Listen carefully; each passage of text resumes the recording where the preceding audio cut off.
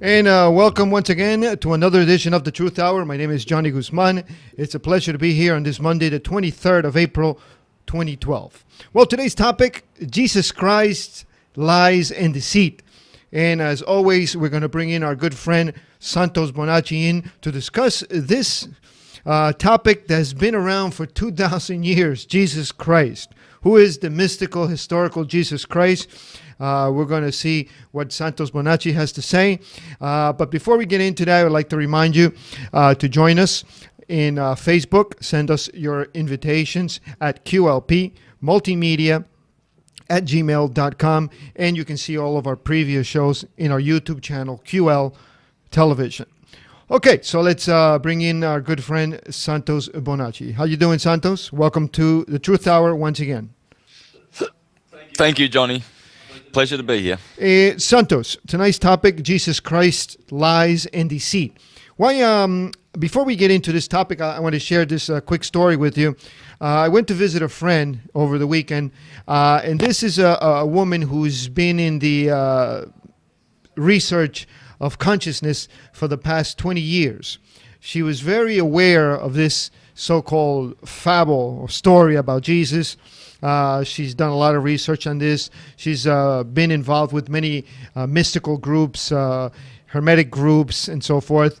And to my surprise, when I saw her, she began to talk to me as if Jesus was a real person, as the church or the religious groups have portrayed him to be. And it was very shocking to hear this, because it almost was as she somehow regressed in her evolution. Apart from whether, apart from just letting people believe in whatever they believe in, but it struck me because it seemed that this religious Jesus just can't get out of people's minds.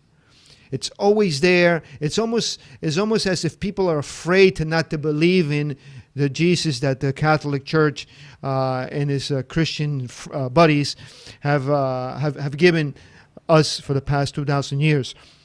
So, can we begin with who is this Jesus Christ person, character, story, or whatever you want to call it?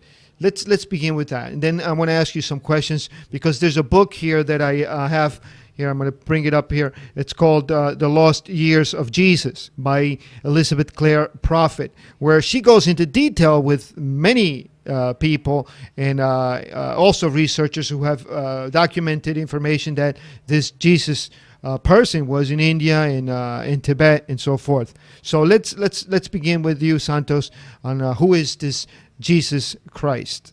Santos. Yeah. Well, for a start, Johnny, the Jesus that Elizabeth Clare Prophet and all of these guys like J.R.S. Mead and great occultists, because she is a great occultist. I've read many of her works, but this problem where they look for a historical Jesus, it is a big problem. There are historical Jesuses, I mean, Jesus is the name you get given when you become a Hierophant. An initiate is always made to go through all the ordeals. It's a Freemasonic ritual where they go through the ordeals, and then at the end they become a teleos, or a perfected master, and they get given a white pebble and they get a new name, and usually that name is Jesus. So there have been many great Jesuses, many. In fact, everyone who ascends is really called a Jesus. So it's easy to find a historical Jesus if you like, and you can call him a savior if you like, just like Bacchus and Dionysus and Horus and Sabazius, um, etc. But as for one Son of God, the one and only vicarious savior, third party redeemer, that's a crock of shit. Sorry for the language, but I mean, anyone who believes that you need a third party savior, a man who comes, the only one, 2,000